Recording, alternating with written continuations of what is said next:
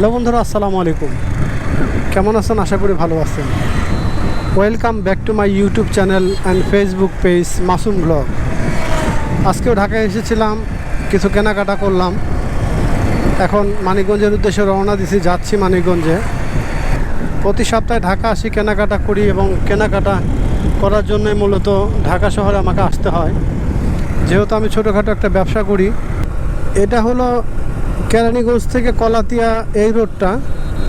এই রোডের আশপাশে বেশ কিছু পিকনিক স্পট গড়ে উঠছে, খুবই সুন্দর। এখানে ছোট ছোট যে পিকনিক স্পট এবং ছোট ছোট যে রিসর্টগুলো আছে, সেগুলোর মধ্যে অবশ্য কখনো ঢোকা হয়নি।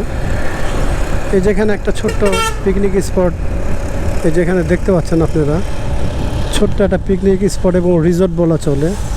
এখানে বিকেলবেলা অনেক মানুষ আসে আর বাচ্চারা আসে, সবাই মজা করে। অনেক সুপার একটা সেই লেভেলের। আমিও একদিন আসবো, এখানে বেড়াবো।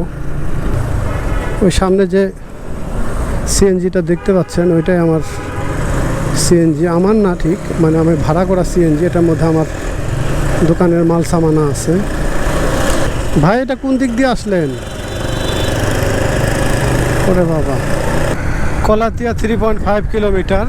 রাস্তাটা এত কর্নারিং, কিন্তু তারপরে অনেক সুন্দর। মানে বেশি কর্নারিং হলেও রাস্তাটা জোস একটা রাস্তা। চারপাশের ভিউগুলো অনেক সুপার। কলাতিয়া বাজারের আমি সবসময় অবশ্য ওই রোড দিয়ে যাই। আসলে ওই রোডটা না যায়, এখন থেকে এই সোজা যা ওই পাশ দিয়ে যাওয়াটাই আসলে ভালো। কারণ আজকে যে রোড দিয়ে আসলাম অনেক সুন্দর রোড ছিল। আমি এই রোড দিয়ে সবসময় যেতাম, কিন্তু এই রোডের চেয়ে এই রোডটা অনেক ভালো।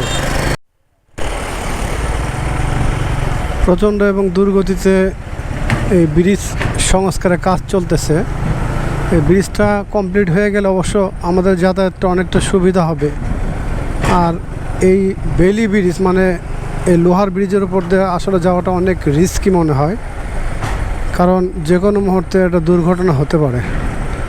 আর অবশ্যই একটা গাড়ির থেকে আরেকটা গাড়ির দূরত্ব অনেক দূরত্ব রাখা লাগবে, কারণ এটার উপর দিয়ে যে বড় বড় ট্রাক যায়, প্রচণ্ড ভয়ের ব্যাপার। অবশ্যই সতর্কতার সাথে এই ব্রিজটা পার হবেন।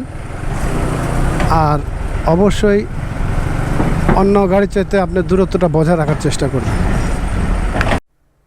ওই ব্রিজের উপর দিয়ে এই কারেন্টটা পার হইল, ভাবা যায় আসলে, মানে ব্রিজটা ভাঙাচোরা, অথচ এই কারেন্টটা পার ঠিকই হয়ে আসলো।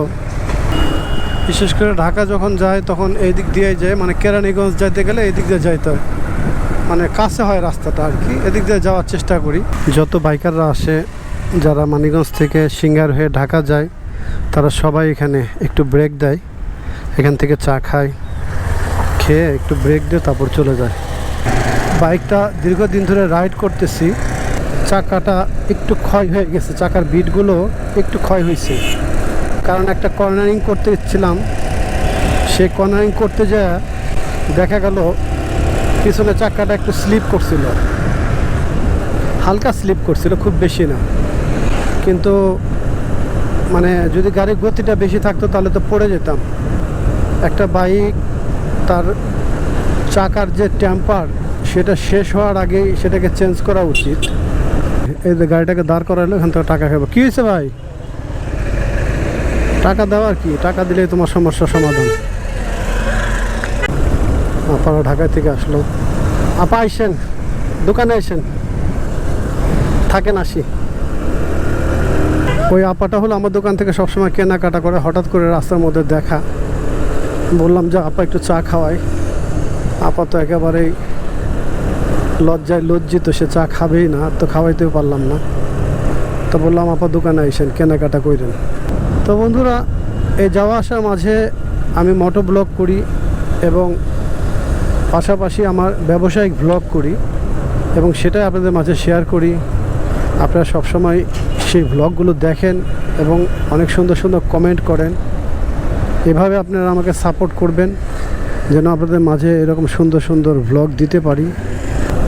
সবাইকে ভালোবাসি আমি আমার হৃদয় থেকে। সবাই ভালো থাকবেন, সুস্থ থাকবেন। আসসালামু আলাইকুম।